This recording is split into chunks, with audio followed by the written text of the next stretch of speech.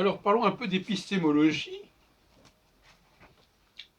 et d'interaction entre le sujet et l'objet, entre l'observateur et l'observé. À mon avis, il faut se méfier de ces interactions. Quand on tient un discours, quel va être son impact? Et qui ne va pas perturber les conditions, les données de l'expérience. D'où la nécessité de faire attention à ce qu'on annonce et ce qu'on n'annonce pas. Parce que, épistémologiquement, la question se pose. Que dois-je dire à l'intéressé? Si je lui explique exactement ce qui va se passer, je fausse l'expérience. Il faut doser l'information.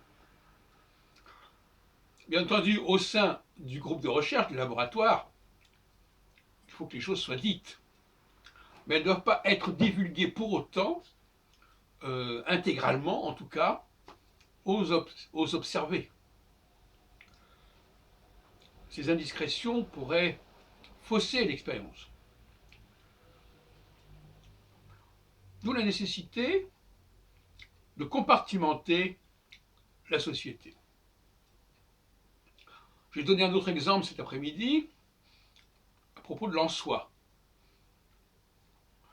Ce qu'un groupe pense de lui-même et pense des autres, jusqu'à quel point doit-il le faire savoir en dehors du groupe? Est-ce que ça n'aura pas des effets pernicieux?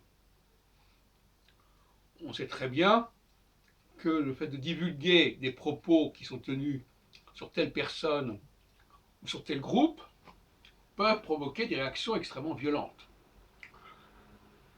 Surtout si ces propos ne sont même pas forcément authentiques, mais en tout cas, on décide qu'ils sont tenus, qu'ils ont été tenus. Je pense par exemple au protocole des salles de Sion. Alors on nous dit, les juifs disent ceci des chrétiens, voilà, et donc ça provoque, c'est l'entre-soi des juifs ou supposés tels qui va provoquer des réactions. Mais si on en reste sur le plan prévisionnel, si je dis par exemple que telle catégorie de personnes va se comporter d'une certaine manière, à tel moment, soit ces personnes vont faire en sorte de se comporter comme on a dit, soit elles font exprès de ne pas le faire. Voyez-vous que là, l'information peut être tout à fait regrettable. Alors je disais aussi tout à l'heure que le fait d'écrire, de mettre sur papier une information ou de l'enregistrer ne permet plus de contrôler la circulation de l'information.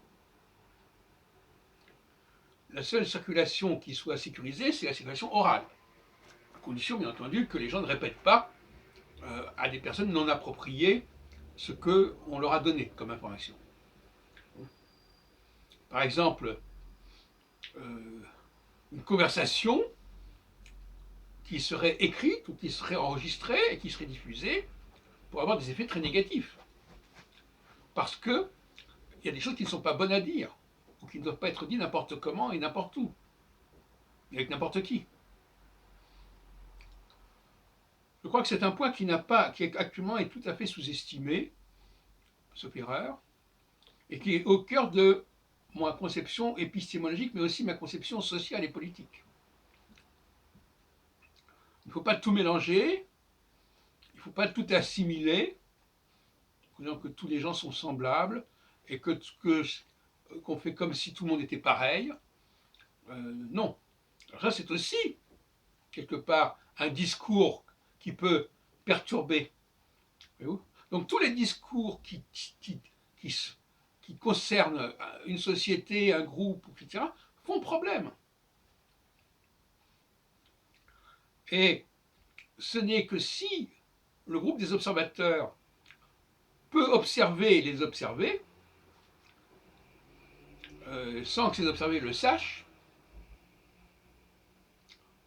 que la validation de la théorie pourra être faite, la validation du discours, du concept pourra être faite. Autrement, ça n'est pas concluant.